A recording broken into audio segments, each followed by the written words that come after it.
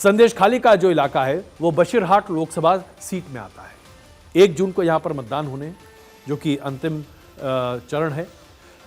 इसके आधार पर मुद्दे को आगे बढ़ाने की कोशिश की जा रही है, लोगों को डराने और धमकाने की कोशिश की जा रही है। इस पूरे इलाके में अगर हम बशीरघाट की बात करें तो 2009 में टीएमसी के पास ये सीट थी।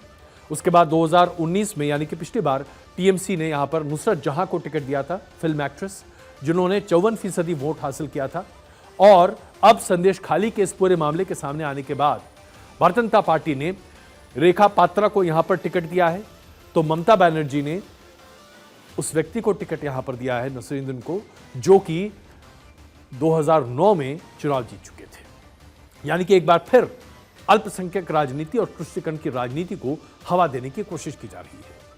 भारतीय जनता पार्टी यहां पर सीएए के मुद्दे को गर्म करना चाह रही है, इस मुद्दे पर अपनी बात सामने रख रही है। बंगाल में शिक्षक भर्ती का जो घोटाला है उसके बारे में, संदेशखाली के बारे में अपनी बातें रख रही है। लेकिन तृणमूल कांग्रेस पूरे तरीके से क्या कहती है? सबसे पहले यहां दंगा होता है, और दंगा कौन कराता है? भारतीय जनता पार्टी। रोकता कौन है? तृणमूल कांग्रेस। एनआरसी हम किसी भी कीमत पर नहीं होने देंगे, जबकि एनआरसी की बात भारतीय जनता पार्टी ने या फिर किसी ने भी अभी की ही नहीं। एनआरसी पॉलिसी है ही नहीं। एनआरसी के मुद्दे पर बार बार बात हो रही है, और उसके बाद लोगों को डराया और धमकाया जा रहा है। तीसरे चरण के मतदान में जिन 4 सीटों पर मतदान होना है, वहां पर मुस्लिम प्रभाव कितना है, ये आप इस बात से समझ सकते हैं कि ये सभी सीटें बांग्लादेश की सीमा से सटी हुई हैं। मालदा उत्तर की सीट अभी फिलहाल भारतीय जनता पार्टी के पास है। 2019 में भारतीय जनता पार्टी ने यहां पर इसमें जीत हासिल की थी। यहां पर 55.56% आबादी मुसलमानों की है। मालदा दक्षिण सीट आज भारतीय जनता पार्टी के पास है। 2019 में भारतीय जनता पार्टी ने यहां पर जीत हासिल की थी। इस सीट में भी 45% आबादी मुसलमानों की है। जंगीपुर और मुर्शिदाबाद में भारतीय जनता पार्टी, तृणमूल कांग्रेस और लेफ्ट के बीच में त्रिकोणीय मुकाबला है। जंगीपुर में 63.2% मुस्लिम आबादी है। मुर्शिदाबाद में 68.5% मुस्लिम आबादी है। इन सभी सीटों पर मुस्लिम आबादी बड़े पैमाने पर है, और तृणमूल कांग्रेस यहां पर शाहजहां के नाम पर वोट मांग रही है, क्योंकि उसको बचाने की कोशिश तृणमूल कांग्रेस कर रही है, जो कि मुख्य आरोपी माना जा रहा है संदेशखाली प्रकरण का। तो आप सोचिए राजनीति किस स्तर की है। और ऐसे में कांग्रेस के बारे में क्या कहा जाए साहब? लोकसभा में कांग्रेस की तरफ से leader of opposition Adhir Ranjan Chaudhary अपने बड़बोलेपन और अपने बयानों के लिए तो जाने ही जाते हैं।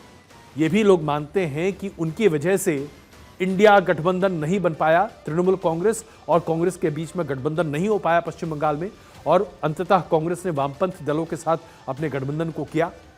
ममता बनर्जी लगातार कहती आ रही हैं कि कांग्रेस बीजेपी की बी टीम है, और इसको हवा कौन दे रहा है साहब? अधीर रंजन चौधरी। अधीर रंजन चौधरी ने एक सभा में क्या कहा, आप जरा देख लीजिए, उसके बाद इन पर चर्चा करते हैं।